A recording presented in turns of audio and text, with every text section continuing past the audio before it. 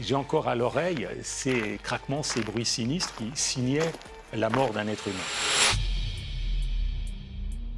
J'étais juge d'instruction à Lyon et je faisais une reconstitution dans une affaire de meurtre dont j'étais saisi. Il s'agissait du meurtre d'un SDF, d'un grand marginal qui vivait dans la rue depuis longtemps, par un autre marginal.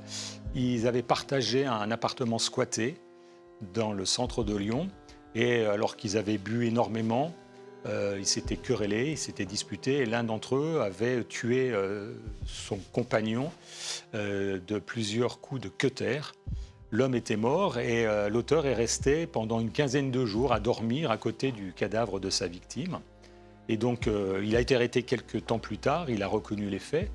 Et lorsque j'ai fait la reconstitution, nous sommes allés avec ma greffière dans l'appartement en question, avec des policiers, plus l'inculpé, le mis en examen, qui s'est tout à fait bien prêté à cette reconstitution. Quand nous sommes rentrés dans l'appartement, qui n'avait jamais été aéré, l'odeur a été véritablement épouvantable. C'est une odeur de décomposition, puisque le cadavre était resté au moins 3 semaines dans l'appartement.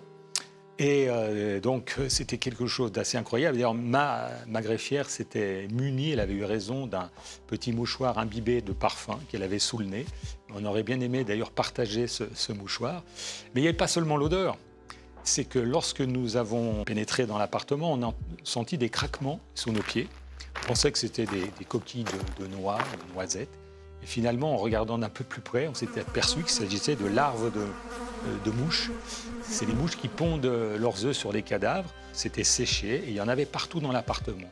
Et quand nous marchions, ça faisait des bruits étonnants. L'intéressé, lui, avait vécu ces moments sans difficulté et on s'est empressé d'achever la reconstitution. Alors ça, c'est une affaire qui m'a marqué. J'en connaîtrais beaucoup d'autres, des affaires sordides commises dans des lieux improbables.